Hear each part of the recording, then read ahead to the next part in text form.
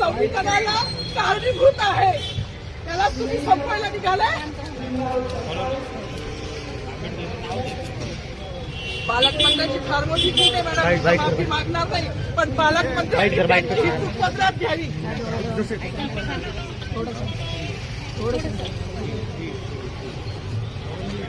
मला मीडियाशी घेणं नाही मॅडम, मला सस्पेंड केलं, मी वाळूचे गाड्या उपसीन, मी माती काम करीन, म्हणजे बाबासाहेबांची ओळख पुसून येणार नाही, मला सस्पेंड करायचं करू शकता मॅडम. बाबासाहेबांना संपवायचं काम करायचं नाही. 26 जानेवारी 15 ऑगस्ट मध्ये मी नाही मानत, पण लोकशाही मॅडम तुम्ही सुद्धा संविधानामुळे आहात, पालकमंत्री सुद्धा पालकमंत्री संविधानामुळे आहे.